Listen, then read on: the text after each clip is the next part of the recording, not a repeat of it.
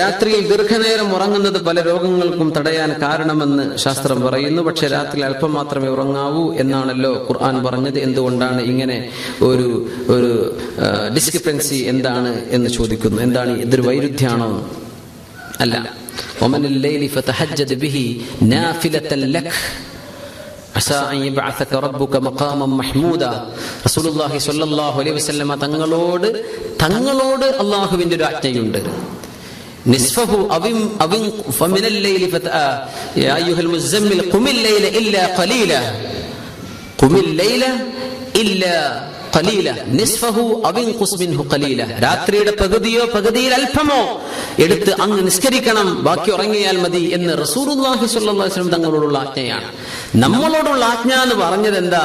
ഇശാ നിസ്കാരം കഴിഞ്ഞ പിന്നെ പോയി കിടന്നുറങ്ങണം എന്നാ. തഹജ്ജുദ് നിസ്കരിച്ചിട്ട് കിടന്നുറങ്ങാം. പിന്നെ ശാസ്ത്രം ഈ പറഞ്ഞത് നമ്മളൊക്കെ പാലിക്കുകയാണെങ്കിൽ വളരെ നല്ല സംഗതിയല്ലേ? സുബഹി ഖളാവാതെ ഏറ്റവും ദീർഘമായി നബി സൂറത്ത് ഓതിയ നിസ്കാരം സുബഹി നിസ്കാരം. നമുക്ക് ഉറക്കം കൊണ്ട് ഇന്നാത്തേനാക്ക് എന്നെ കഴിയണുള്ളൂ അല്ലേ? സുബ്ഹാനല്ലാഹ്. അത് ഖുൽ ഹുവല്ലാഹു ഓതിയിട്ടോ ഇന്നാത്തേനാക്കലിട്ടോ അതാണ് തീർക്കാണ്. അത് എത്രക്കാ സൂര്യോദയം? വർഷോനെ 6:35 കൃത്യമായിട്ട് അലാറം വെച്ച് എന്താ പറ്റണത്? 12 മണിക്ക് 1 മണിക്ക് 2 മണിക്കൊക്കെ കിടന്നുറങ്ങണത് കഴിയില്ല, ഉറപ്പല്ലേ? ഏറ്റവും കൂടുതൽ മുഅ്മിനിന് ഉന്മേഷമുണ്ടായിരുന്ന നിസ്കാരം സുബഹി നിസ്കാരമായിരുന്നു. എന്താ കാരണം? ഇശാ എന്ന് പറഞ്ഞ നിസ്കാരം തന്നെ നടക്കുന്നത് അശാഇന്റെ ശേഷമാണ്. അറബിയിലെ അശാ എന്ന് പറഞ്ഞ ഡിന്നറാണ്. മഗ്രിബ് കഴിഞ്ഞാൽ പിന്നെ ഡിന്നർ കഴിക്കണം. ഡിന്നർ കഴിച്ചിട്ട് പിന്നെ ഇശാ കഴിഞ്ഞ് ഉറങ്ങുക. പിന്നെ വേറെ ഒന്നുമില്ല അവിടെ. ഒരു സംസാരം, പിന്നെ ഒരു മീറ്റിംഗും ഇല്ല. ഉറങ്ങാൻ ദീർഘമായ ഉറക്കം കിട്ടുന്ന എത്രയും വലിയ സുന്നത്ത് നമ്മുടെ ദീനിന്റെ സുന്നത്താണ്. അതിൽ അള്ളാഹുവിന്റെ മുത്തഖീങ്ങൾ ഉറങ്ങിയിട്ട് രാത്രി എഴുന്നേൽക്കാൻ പറ്റും. നമ്മൾ 1 മണിക്ക് കിടന്നിട്ട് പിന്നെ എപ്പോഴാ തഹജ്ജുദിന് എഴുന്നേൽക്കുക? സുബഹിക്ക് എഴുന്നേൽക്കാൻ നേരമല്ല ഉള്ളപ്പോഴേക്കും. സുബ്ഹാനല്ലാഹ്. അപ്പൊ അതിനർത്ഥം നേരത്തെ അത് മാത്രമല്ല, ഒരു സയൻസിൽ മറ്റൊരു കാര്യം കൂടെ പറഞ്ഞുതരാം.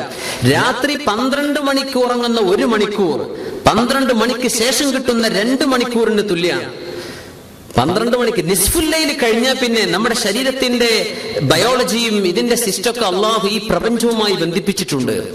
രാത്രി 12 മണിക്ക് ശേഷം 5 മണിക്കൂർ ഉറങ്ങുന്നതും 12 മണിക്ക് മുമ്പ് 2.5 മണിക്കൂർ ഉറങ്ങുന്നതും സമമാണ്.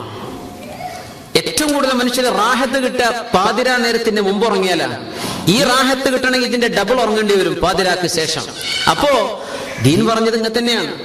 ഇതിന് ഒഴിവായിട്ട് പറഞ്ഞ ഏറ്റവും ഇതിൽ ഈ ഇശ കഴിഞ്ഞിട്ട് പിന്നെ സമയം ചെലവഴിക്കാമെന്ന് പറഞ്ഞത് 3 വിഷയമാണ്. മുമ്പ് പറഞ്ഞിട്ടുണ്ടോ എന്നറിയില്ല. ഒന്ന്, ഭാര്യ ഭർത്താക്കന്മാർ ഒരുപക്ഷെ അവര് ജോലി കഴിഞ്ഞ് വന്ന് സ്വന്തം ഭാര്യയോട് വർത്താനം പറഞ്ഞിരിക്കാൻ കിട്ടുന്ന ഒരു നേരം ഇശാഇന് ശേഷമാണെങ്കിൽ ഭാര്യ ഭർത്താവ് വർത്താനം പറഞ്ഞിരുന്നോട്ടെ, കുട്ടികളൊക്കെ പോയി ഉറങ്ങിക്കോട്ടെ. 2, ഇസ്ലാഹു ദാത്തിൽ ബൈൻ. എവിടെയോ ഒരു പ്രശ്നമുണ്ട്, എന്തോ ഭയങ്കര അങ്ങോട്ടും ഇങ്ങോട്ടും പ്രശ്നങ്ങളുണ്ട്, മസ്ലഹത്ത് ചെയ്യണം. മസ്ലഹത്തിന്റെ ചർച്ച ഇശാ നിസ്കാരത്തിന് ശേഷമാകാം. 3, ഒരു ഇൽമ്. അതാണ് ഇപ്പൊ നമ്മളിപ്പോ നടക്കുന്ന ഈ ക്ലാസ്. ഇൽമ് പഠിക്കാൻ വേണ്ടി ഇശാഇന്റെ ശേഷം. ഇതല്ലാതെ ഒരു പരിപാടിക്ക് ഉറക്കൊഴിക്കണ്ട, ഇശ കഴിഞ്ഞ പോയി കിടന്നുറങ്ങിക്കോളൂ എന്നാ ശരീഅത്ത് പറഞ്ഞത് കേട്ടോ. അല്ലാഹു സുബ്ഹാനഹു വ തആല പറഞ്ഞ പോലെയൊക്കെ ജീവിച്ചാൽ കുറെ അസുഖം, കൊളസ്ട്രോളും ഷുഗറൊക്കെ നമുക്ക് ഒഴിവായി പോയേനെ അല്ലേ? സുബ്ഹാനല്ലാഹ്. നമ്മുടെ ലൈഫ് സ്റ്റൈലൊക്കെ ഒന്ന് റീഡിസൈൻ ചെയ്യണം. അല്ലാഹു തൗഫീഖ് ചെയ്യുമാറാകട്ടെ.